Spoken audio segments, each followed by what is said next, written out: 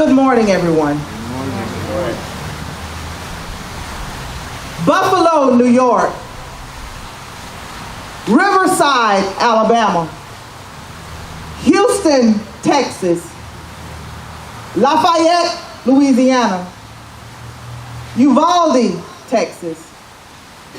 Mass shooting is defined as an incident in which 4 or more people, excluding the perpetrator, are shot in one location at the same time.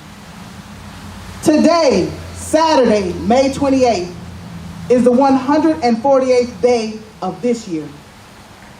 And there have now been at least 198 mass shootings in this year alone. There have been more mass shootings in 2022 than there have been days that we have been alive. Think about that for a moment.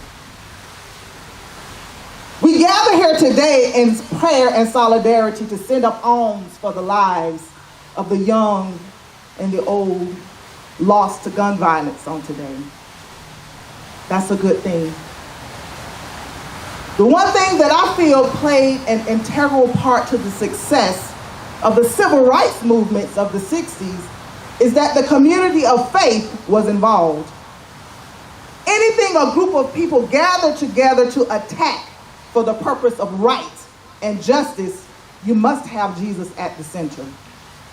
Because it's not a me movement, it's a justice for all movement. This is not so much a time to have a picture taken so we can hashtag to say that I did something. No, this is an opportunity to actually do something. My father, Lorenzo Thomas, at the young age of 15, marched across the Edmund Pettus Bridge from Selma to Montgomery. A feat that took 4 days for the just cause of voting rights for African Americans in the 60s, and it affected change. So you see, the enemy is not playing fair. He never has and he never will. He's out to steal our future by destroying our children. But we cannot let that happen.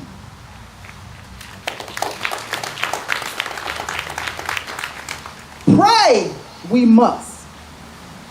But prayer is without action is just madmen mumbling words.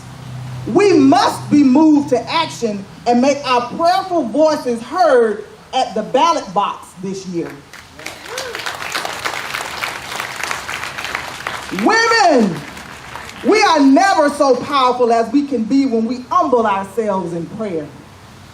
But men, you have been given the God-given authority with power and dominion to reckon with this injustice and help bring sense to the senseless. So it must be in Jesus' name that we pull together and move forward, because what's happening right now simply just is not working.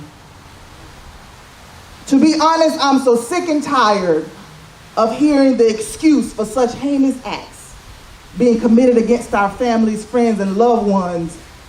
They were emotionally unstable. They had mental illness issues. I think what we have to do is, I think we need to add the mental health care professionals to our prayer list on today. Honestly, we do.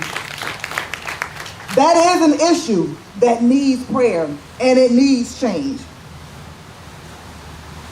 But what I think needs to be, what we need to do is, once we finish with our prayers, once we stand up and straighten ourselves, we have to walk out the door, go to our voting places, and make choices and decisions to affect the changes that we don't want to see, but we must see happen in our United States.